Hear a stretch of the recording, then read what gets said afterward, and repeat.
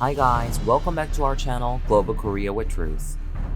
In 2006, regarding the deployment of THAAD in Korea, Deputy Director of Department of Asian Affairs Chun Hai, who had been in charge of THAAD issue in China, made absurd remarks.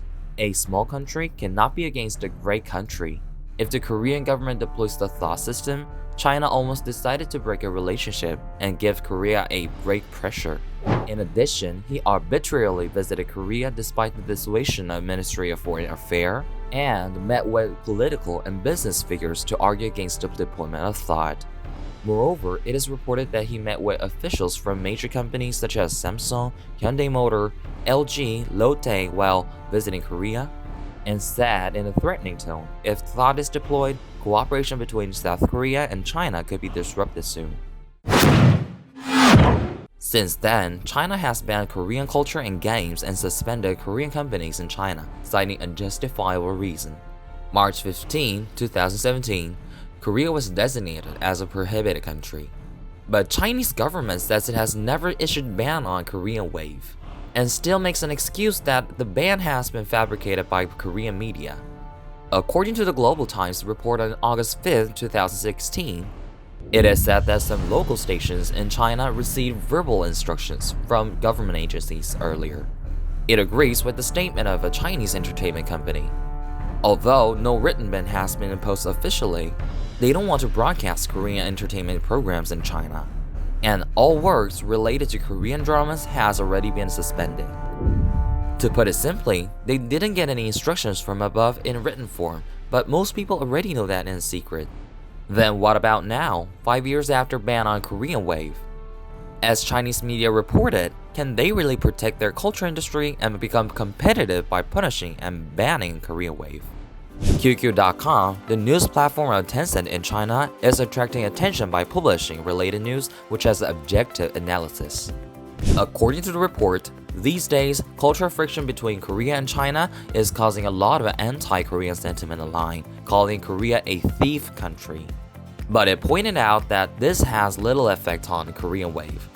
Korean entertainment and culture industry seems to have suffered serious damage, but the damage is just limited to Korean agencies and celebrities in those agencies.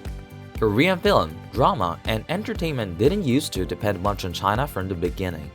On the contrary, the income of royalty arising from China's purchasing Korean TV show has increased for over 3 years due to the voluntary penetration of the Korean Wave in China, and it exerted an influence on Chinese shows which kills its creativity. Chinese have finally coined the term Korean-style entertainment because of copying Korean shows. For instance, Produce 101 was a program that was popular in Korea but was suspended after being sentenced by a court for vote rigging last year. However, in China, programs such as Youth with You and Produce Camp 2021, which still copy Produce 101, started to broadcasting earlier this year. What's more ironic is that the members who participate in the program above are Lisa from Blackpink and Amber from FX. Even though not Korean, they are the idols who grew up in Korea, so I wonder if the Korean Wave has disappeared. But the most serious problem is that these audition programs have been aired in China for over 3 years. But still, they are hard to keep up with the original Korean shows. And even though Korean entertainment shows have been withdrawn from China for a long time, Chinese programs still have Korean styles. An internet user comments that there still remains Korean style, not Chinese at all, so it seems seriously uncomfortable to watch it. Moreover, more serious side effect is pirate videos and illegal distributions of Korean drama and film. As the imported Korean contents are banned, those who enjoy high quality of Korean film has lost their rights to watch them and finally turn to pirate videos. These recordings edited by specialists are easily distributed to the public with high definition through a specific platform. The region where the IPL platforms are is Southeast Asia, which has low level of copyright protection, so it is hard to crack down and punish them. As the influence of the legal video platform is now extended to Chinese film, and even a movie costs only 2 yuan if dealing directly, the deep-rooted pirate videos started to affect Chinese movies and programs. And it is reported as Parasite becomes a box office hit and it couldn't be played in China. The number of websites which have a link with pirate recordings of Parasite is already over 1 million. It is even impossible to limit and reject Korean dramas in China, such as Kingdom and Penthouse. It reached the limit to cope with illegal distribution. Lastly, the news reported that CCTV in China and KBS in Korea signed an agreement to cooperate in the business area to expand the content market. And China will purchase more copyrights of Korean content.